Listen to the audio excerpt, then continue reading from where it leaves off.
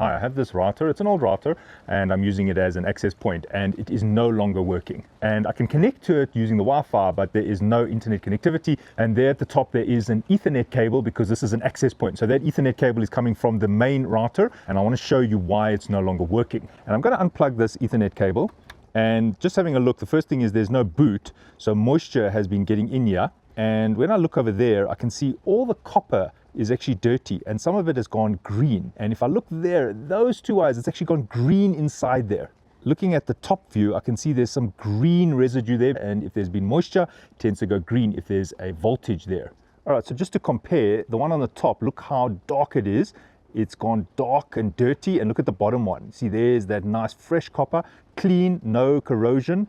And if I look inside here, yes, we can see that some dirt has got in there. So there's got some green discoloration, so it has oxidized. Okay, so if you have this problem, unfortunately, you're gonna have to cut this and install a new RJ connector. All right, so first step is you'll need to disconnect this from the switch. So I've gone to disconnect it from the switch because when I cut this, I am shorting it out. So I'm just gonna cut it now. All right, so I'm gonna first start by putting a boot on. There's the boot, and I'm just taking the jacket off. And I'm just going to get the wires ready. This is Cat 5. I've just prepared the wires. It's orange, white, orange, green, white, blue, blue, white, green, brown, white, brown. I'm now going to cut them evenly.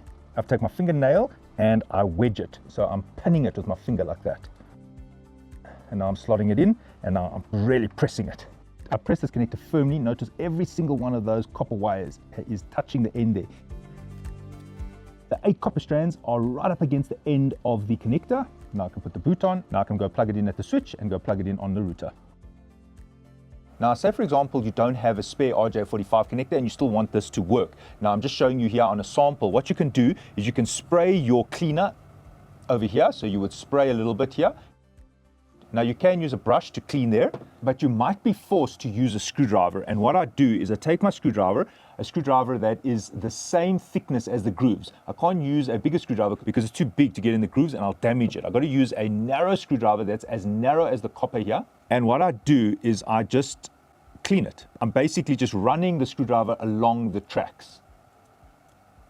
I'm using the screwdriver as a scraper, so I'm actually just scraping. This is only if you cannot change the connector. I'm using this just to scrape clean. Okay, this one is already clean, but I'm just showing you how I do it. I'm not very forceful. I don't want to damage these plastic ridges, so I'm going with the ridge, and I'm actually just scraping.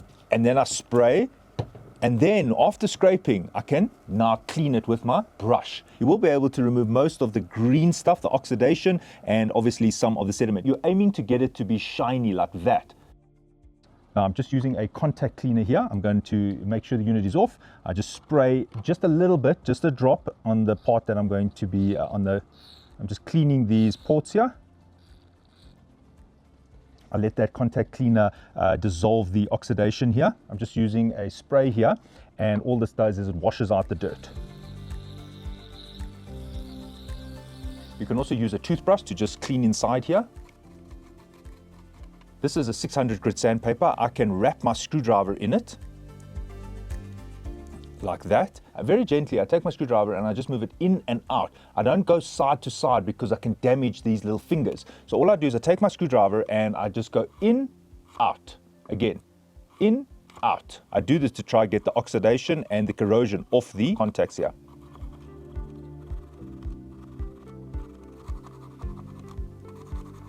And then I clean it with the toothbrush again, just gently. This is a very soft bristle toothbrush. It's not going to bend those fingers. If you don't have an electrical contact cleaner, you can use rubbing alcohol. It's got no glycol, it's not a hand sanitizer. And you can use it to clean the contact. Just make sure it must be dry before turning on. If you've got a blower, blow inside here to clean out the residue. All right, I'm showing that this has been cleaned. There's no more oxidation, there's no sediment, and there's no corrosion.